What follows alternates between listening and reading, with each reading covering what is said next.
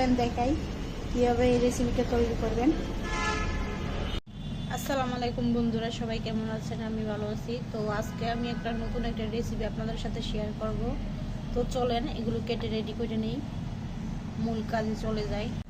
তো এইখানে আমার সবজিগুলো কাটাকাটি শেষ। ধনিয়া পাতা, কাঁচামরিচ, রসুন এবং পেঁয়াজ। এখানে ডিম 2টা ভেঙে নিলাম। তো এই ডিমে একটু মরিচ, হলুদ এবং লবণ দিয়ে একটু মেখে নেব। মেখে তারপর ডিমটাকে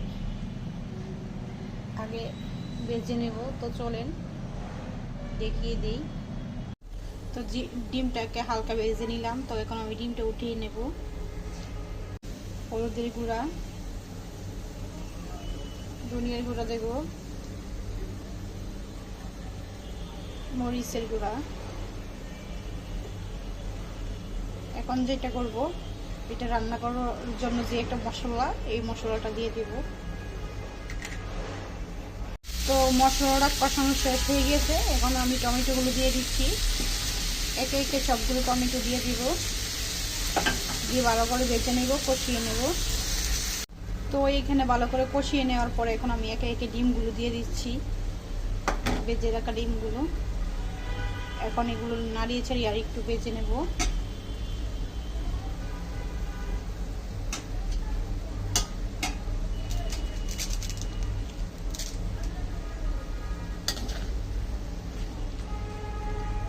এগুলোর সাথে অ্যাড করে নেব, মিশিয়ে নেব। তো এখন আমি ধনিয়া পাতাগুলো দিয়ে দিব। ধনিয়া পাতাগুলো দিয়ে আর একটু ভেজে নেব ভালোভাবে।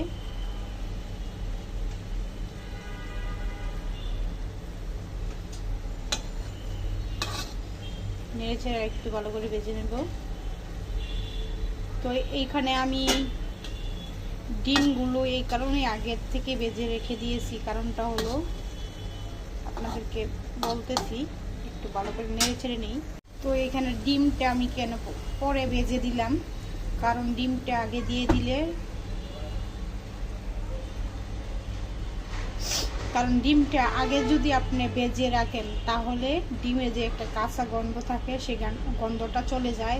কিন্তু ডিমটা যদি আগে আপনি না ভেজে টমেটোর মধ্যে ছেড়ে দেন বা দিয়ে দিন, তাহলে কাঁচা একটা গন্ধ থাকে। তো এই গন্ধটা থাকে। তো দেখে আমি চুলা থেকে নামিয়ে নিয়ে আসলাম। কত সুন্দর হয়েছে কালারটা, একদম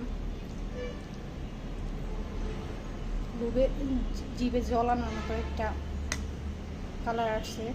তো এখানে আমি একটা কথা আপনাদেরকে বলি, আমি আপনাদেরকে আগেও বলছি যে ডিমটা আমি আগে দেইনি, ডিমটা একটু ভেজে রেখে দিয়েছি, তারপর আমি ডিমটা দিয়েছি।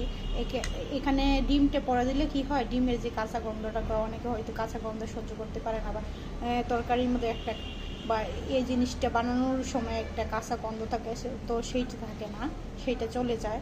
এই জন্য আমি পরে ডিমটা ভেজে দিয়ে দিয়েছি।